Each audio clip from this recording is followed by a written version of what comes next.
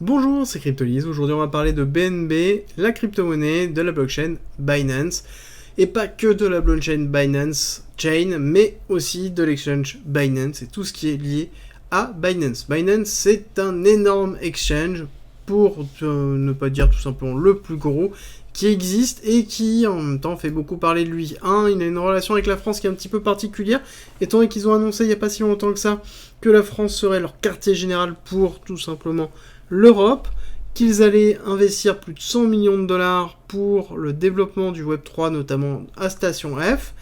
Et une petite nouvelle qui est arrivée il y a quelques heures, ils ont le statut PSAN, donc c'est-à-dire qu'ils ont l'autorisation tout simplement d'exercer en France, ce qui explique aussi tout simplement la modification des conditions d'utilisation de certaines choses. C'est-à-dire que les nouveaux comptes sur Binance ne pourront plus utiliser les leviers, ne pourront plus utiliser une partie du stacking et du saving. Donc là-dessus, pareil, je vous invite à regarder par exemple Bybit, le lien est en description, qui fournit l'accès à tout, et notamment sans KYC, si vous déposez tout simplement des cryptos et non pas vous faites un achat, ce qui peut être aussi intéressant. Alors on revient à Binance. Binance, donc très gros exchange, pour ne pas dire le leader, avec une carte qui fonctionne très bien, notamment avec la problématique que l'on a avec Crypto.com qui a diminué grandement tous ses avantages, donc il y a beaucoup de personnes qui sont en train de revenir vers Binance là-dessus. On a un exchange, on a la possibilité d'avoir un launchpad, on a une carte bleue, on a à côté du saving, du stacking, du mining, ils font absolument tout, même des NFT. Et l'idée, c'est tout simplement d'essayer au maximum d'occuper le terrain. C'est le principe de Binance, ils sont partout et c'est comme ça que ça fonctionne très bien. À côté, on rajoute d'autres choses. Ils ont une blockchain qui a très bien marché, notamment avec l'explosion de la DeFi en 2021, avec une saturation d'Ethereum. C'est la BSC à l'époque, donc la BNB Chain maintenant, qui a avalé une grosse partie de la DeFi, avec notamment le lancement de PancakeSwap, par exemple. Et à l'heure actuelle, on n'oublie pas qu'il y a une grosse partie de la TVL qui est toujours sur BNB Chain. Et ça restera d'actualité. Alors, la chain en elle-même, la blockchain, est escalée. Elle est quand même très centralisée, mais ils font des efforts pour essayer de l'améliorer. Notamment, ils ont décidé de doubler le nombre de validateurs. Alors, ne soyez pas fous, ça va pas être non plus transcendant. On va être à moins de 30 validateurs, donc ce qui est quand même très bas pour une blockchain. Elles ont des complexités d'utilisation, c'est-à-dire que les nœuds, si jamais ils se désynchronisent, ont beaucoup de mal à se resynchroniser au vu de la volumétrie totale à resynchroniser. On a quand même beaucoup de problématiques liées à ça, mais le fait qu'il fasse des annonces autour de ça nous rassure sur tout simplement l'évolution que pourrait avoir le reste. Dans tous les cas, BNB c'est un géant, c'est quelque chose qui est très fort Binance, et donc la crypto-monnaie qui en découle est aussi très forte. Il y a deux choses à savoir sur la monnaie, c'est que elle a un market cap qui est limité, et ils ont mis en place une méthodologie de burning, enfin deux méthodologies de burning en l'occurrence. Par contre, donc ça diminue le nombre de tokens, par contre on voit que le dernier burning n'a pas fait grand chose en termes de réaction des cours, et on va justement regarder l'analyse technique tout de suite. Rejoins-nous sur Discord, tu y retrouveras notamment ma stratégie d'investissement qui est disponible gratuitement. Je montre comment je construis mon bag, le fonctionnement de mes optimisations, quand acheter, quand vendre, tout pour éviter justement les principaux pièges. Si tu aimes mon contenu, like, partage et abonne-toi, ça m'aide énormément.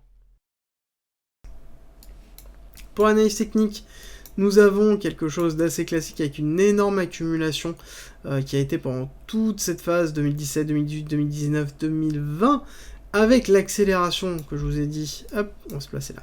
L'accélération 2021, la DeFi, saturation d'Ethereum, il faut trouver une autre solution pour pouvoir déployer des applications. Ah, mais il y a la BNB Chain. Paf, explosion du BNB, avec un ATH qui a été fait à 600, un peu plus de 680 $, 693 $. Donc très bel ATH qui s'est fait avec la mise en place notamment ici d'une distribution de Wyckoff avec Psy, BC, AR, ST. Donc on a testé le niveau BC, on a travaillé l'AR. Ce que l'on attend ici, c'est le saut étant tout simplement une descente, une prise de liquidité en dessous de ce niveau-là, en dessous de l'AR, pour aller chercher notamment en dessous des 215 $. Alors vous allez me dire, ça vous paraît quand même assez bas pour BNB Chain, mais en l'occurrence, ça peut être faisable. Là, c'est vraiment le principe même d'une distribution de Wyckoff, c'est d'avoir ici un BCARST et un SO qui va chercher la liquidité. Même s'il y a des cas qui existent tout simplement sans prise de liquidité basse, néanmoins la majorité des cas sont avec priorité, avec tout simplement prise de liquidité basse.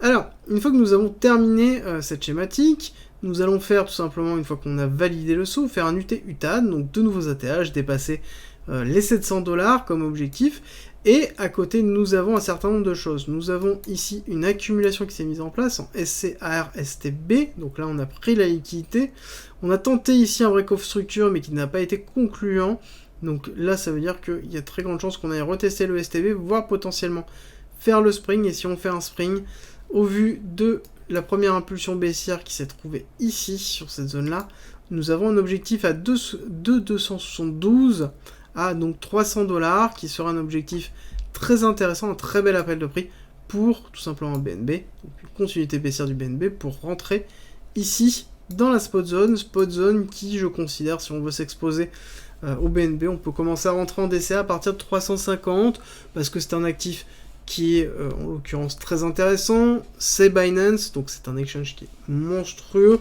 À côté, on a beaucoup de DeFi qui est et qui restera de toute façon sur la BSC, parce que sur la BNB Chain, j'arriverai un jour, la BNB Chain, parce que tout simplement c'est historique, et il y a quand même une grosse incentive qui est poussée généralement par une forme de partenariat avec tout simplement Binance.